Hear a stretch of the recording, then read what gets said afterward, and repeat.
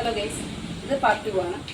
നമ്മൾ ആദ്യം ഉണ്ടാക്കിയത് മുള്ളൻവെള്ളരിയുടെ ഉണ്ണിയപ്പമാണ്. ഇനി അത് ആ മാവ് വെച്ച് തന്നെ മുള്ളൻവെള്ളരി ഇടാതെ നമ്മൾ നെയ്യപ്പം ഉണ്ടാക്കാൻ പോവുക. അതാണ് ഇപ്പോൾ കാണിക്കുന്നത്.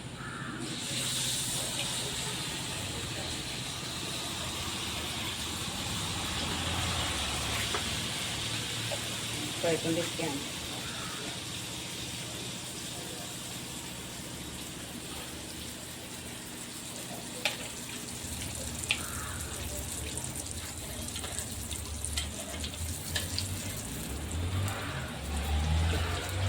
നമ്മുടെ നെയ്യപ്പം റെഡിയായിക്കൊണ്ടിരിക്കുകയാണ്.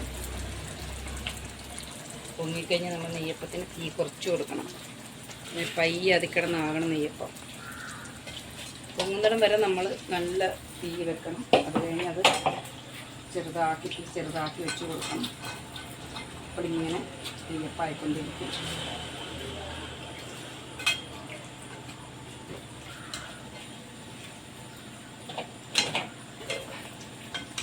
നെയ്യപ്പം റെഡി ആയിട്ടുണ്ട്. 3 എണ്ണമായി അടുത്ത ഞാൻ ഇട്ടുകൊണ്ടിരിക്കുകയാണ്. നമ്മളിങ്ങനെ ചുറ്റിട്ട് കൊടുക്കുക. നെയ്യപ്പം റെഡി.